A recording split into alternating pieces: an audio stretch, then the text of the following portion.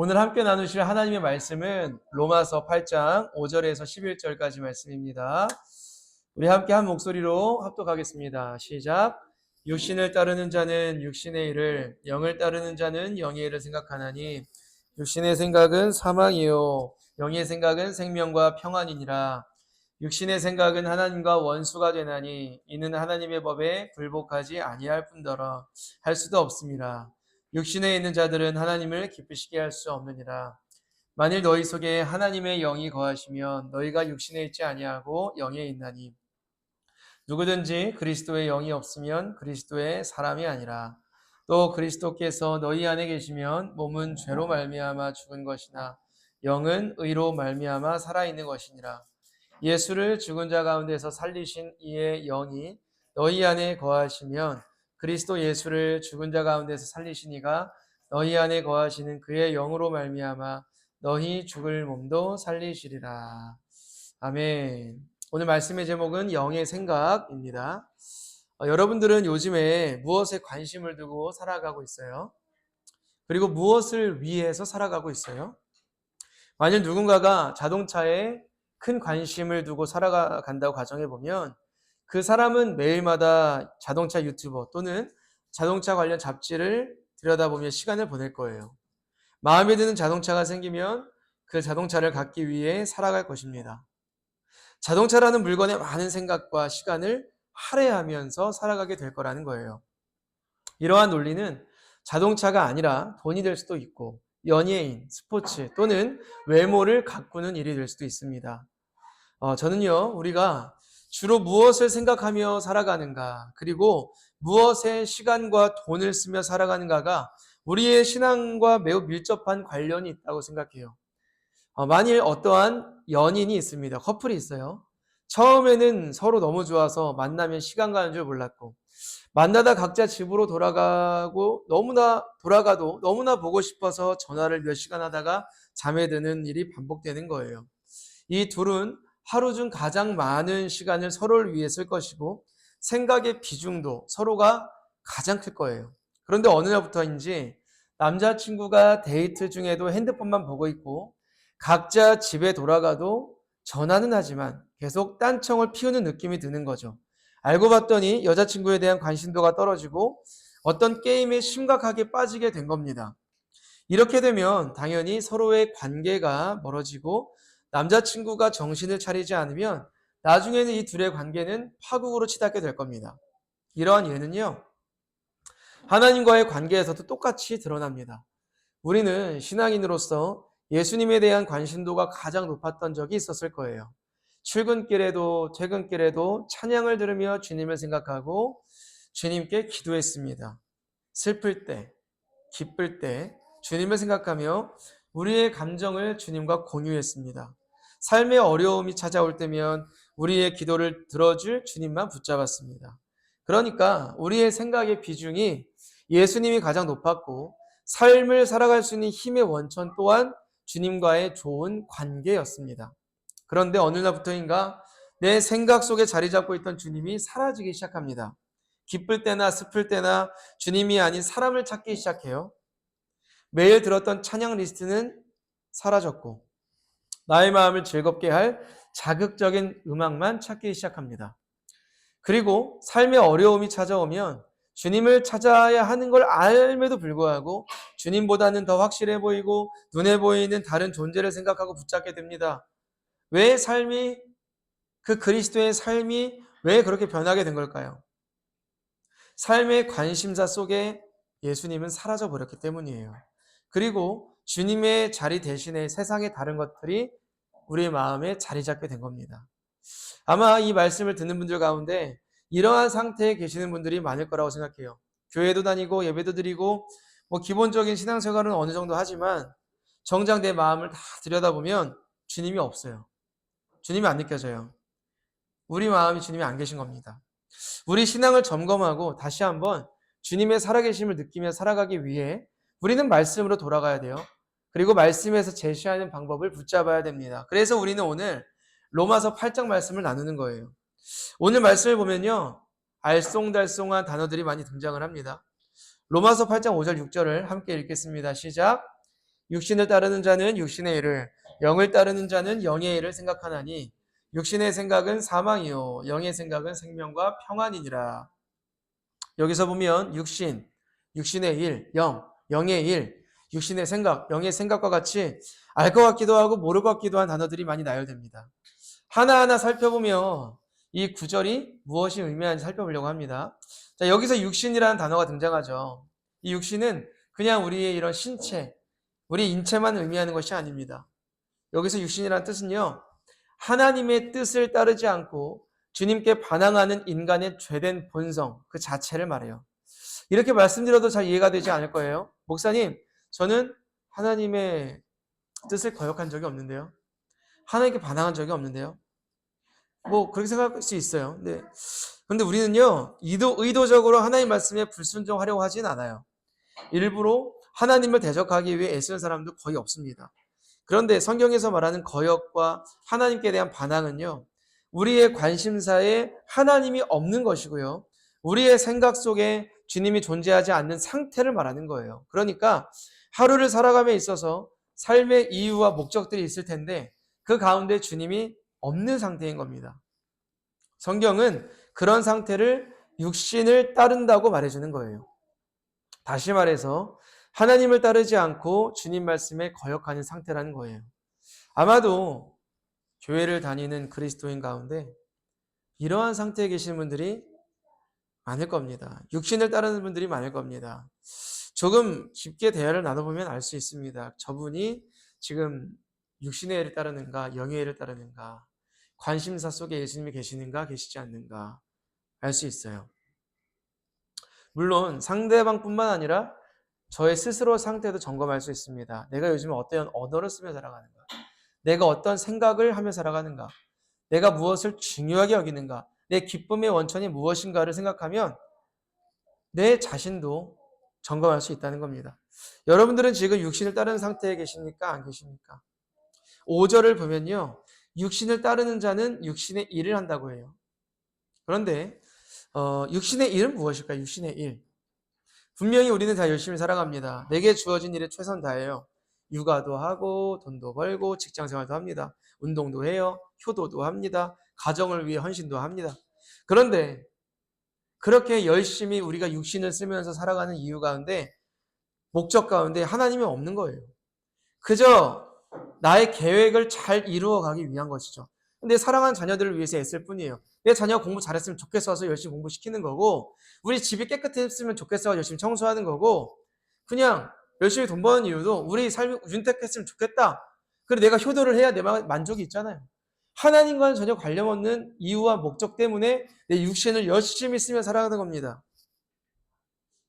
이러한 일들이 스스로에게는, 나 자신에게는 만족스러울 거예요. 성취감도 있을 겁니다. 그런데 주님과는 무슨 상관입니까? 하나님을 위해서 하는 게 전혀 아닌데 예수님께 좋을 게 뭐가 있겠어요? 이렇게 주님과 상관없는 일들을 육신의 일이라고 할 수 있습니다.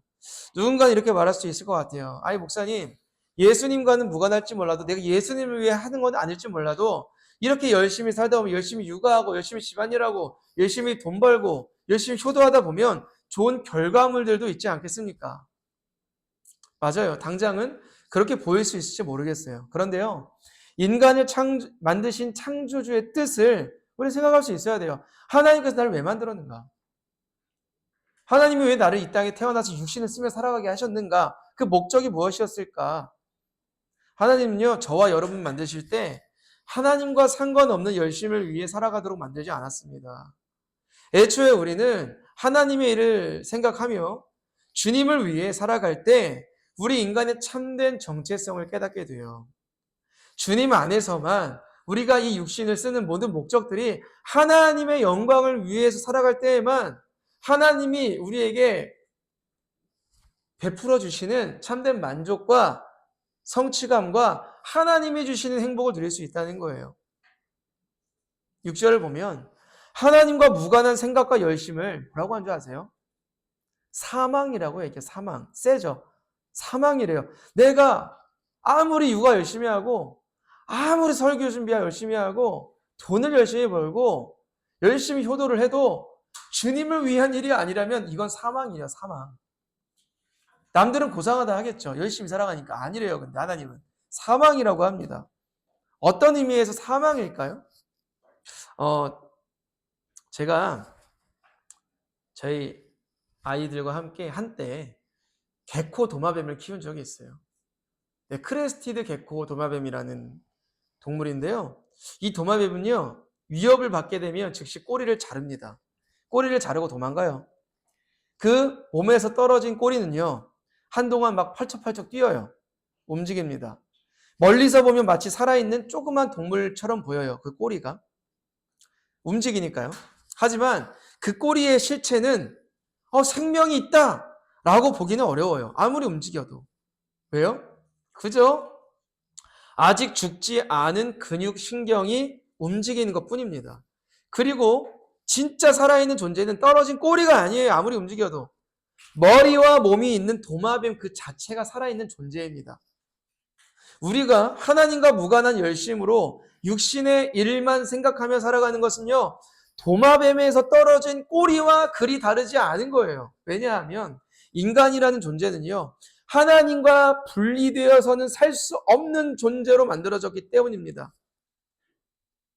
물론 하나님과 무관하게 살아도 내 코에 호흡은 있고 지정의를 갖고 살아가기에 나는 생명이 있는 것 같지만 하나님 보시기에는 굉장히 위태롭고 마치 도마뱀에서 떨어진 꼬리와 다르지 않다라는 거예요. 생명이 없는 사망으로 나아가는 존재와 다르지 않다는 거예요. 어떤 게요? 내 육신의 일만 도모하며 살아가는 것, 아무리 열심히 살아도요. 영혼을 주관하시는 하나님의 기준에 100년 남짓한 인생만을 위해 살아가는 우리의 열심이 얼마나 의미 있게 보이겠습니까? 우리 한번 상상해 볼까요?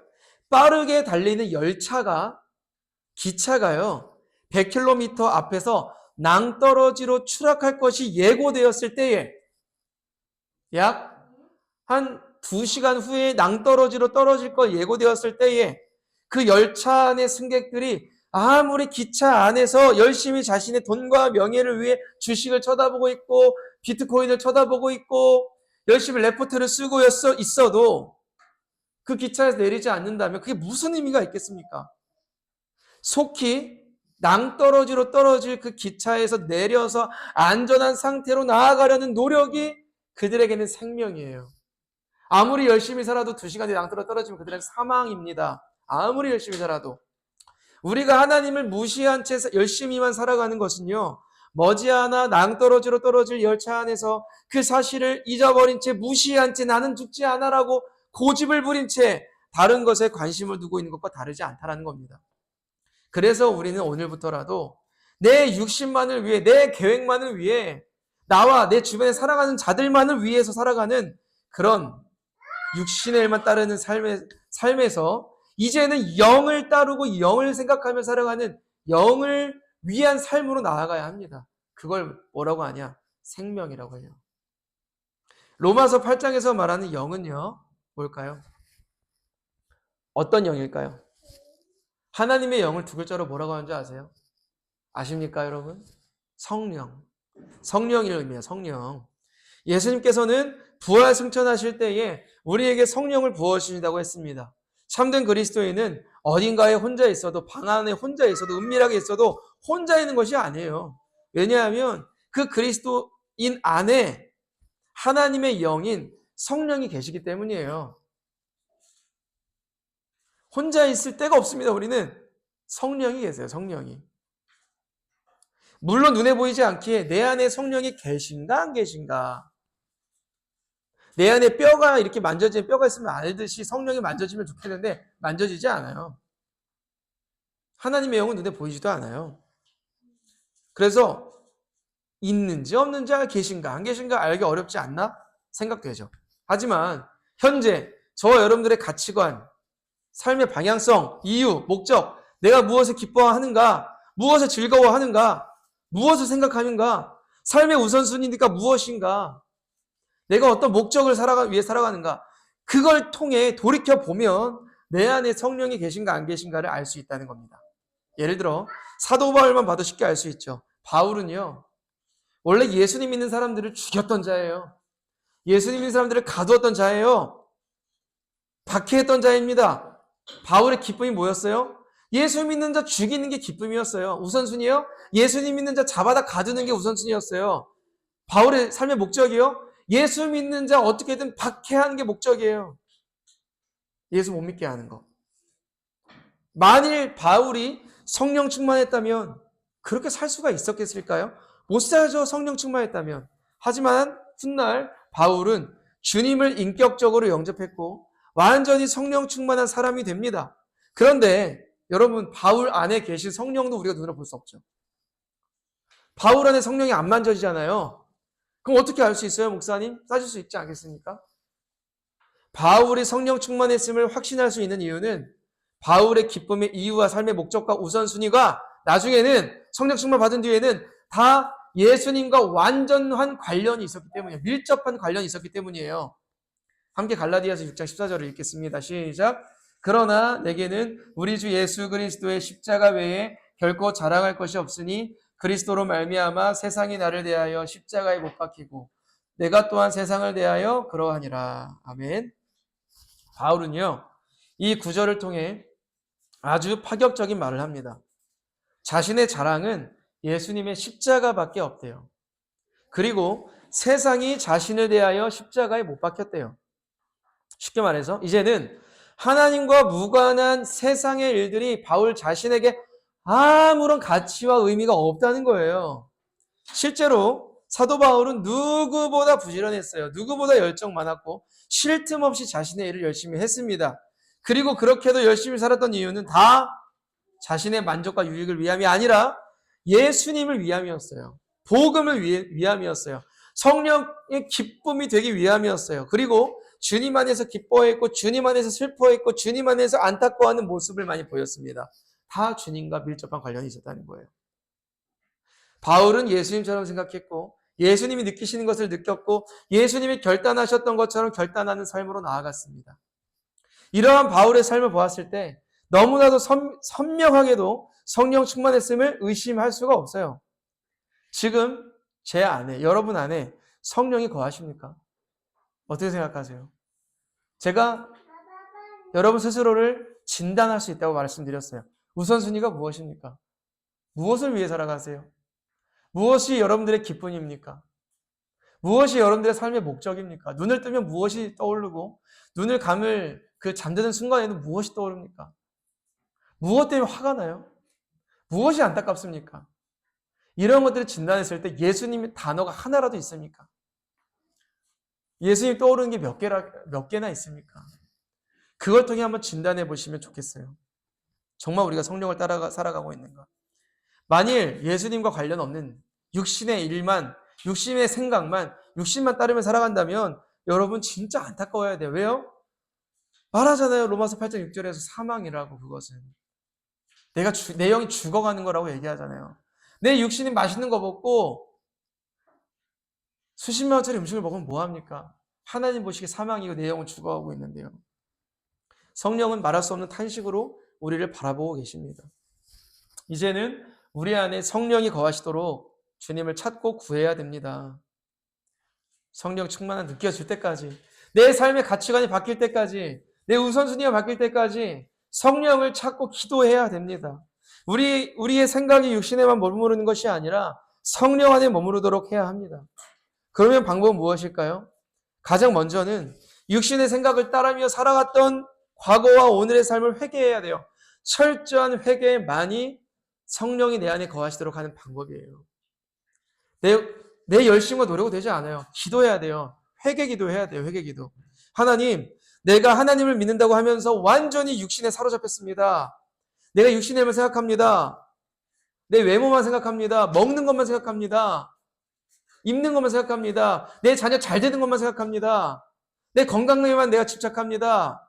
내 주변 사람과 잘 지내는 것만 집착합니다. 이걸 회개하셔야 돼요. 사망으로 가는 지름길입니다. 돈에 눈이 멀었고 사람들의 인정과 윤택한 삶을 위해서만 살아왔습니다. 주님, 이제는 이 사망과 같은 삶에서 나를 건져내어 주옵소서. 주님의 보혈로 우리의 죄를 씻어주시고 용서하여 주옵소서. 이제는 내가 성령을 따르는 자가 되길 원합니다. 이렇게 간절히 기도하는 거예요. 회개만이 변화를 가져와요. 회개만이 성령 충만을 우리가 누릴 수 있는 비결입니다. 성경을 보면 성령이 임하시는 것은 갑작스럽게 많이 일어나요. 누가 이렇게 말하겠죠? 네가 아무리 회개를 해도 네 과거의 죄를 보아라. 네가 육신에 거했던 삶이 몇 년이었냐? 길었잖아. 근데 어떻게 회개 한 번에 성령이 오시냐? 회개를 100번, 1000번 해야 돼. 네가 육신에 따라 살았던 삶이 10년이었어? 5년은 회개해야 돼. 여러분, 기독교는 그런 종교가 아닙니다.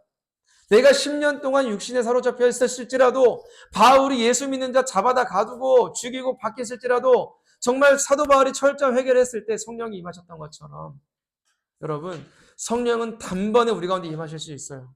그래서 회개하는 겁니다. 하나님, 내가 육신을 따르며 살아왔습니다. 수년간 용서하여 주옵소서.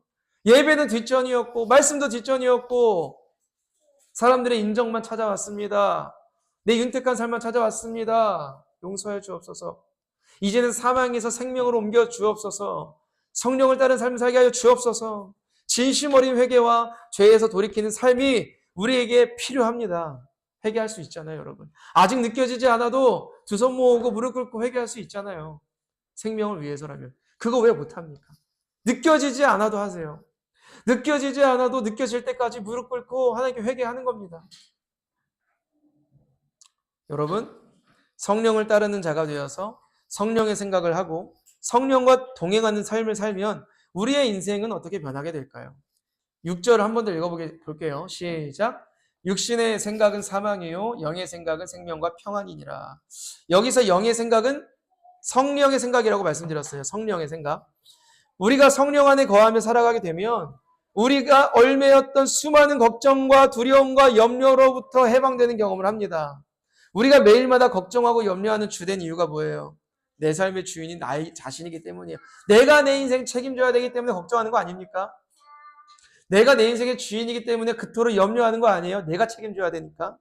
하지만 우리의 삶을 성령께 드리게 되면, 즉 성령이 주인 되심을 인정하게 되면 예수님이 알아서 내 삶을 경영하시고 인도하실 것을 알고 믿기 때문에 사사로운 걱정과 쓸데없는 염려로부터 완전히 해방되는 경험을 하게 되는 거예요.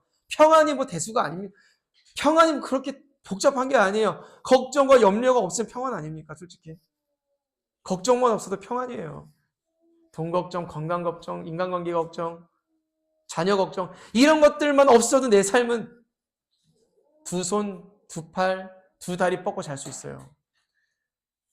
여러분, 성령 안에 거하면 그러한 평안이 우리에게 주어진다는 거예요. 정말 참된 평안, 하나님께 내 삶을 내어 맡기게 되는 평안이 있습니다.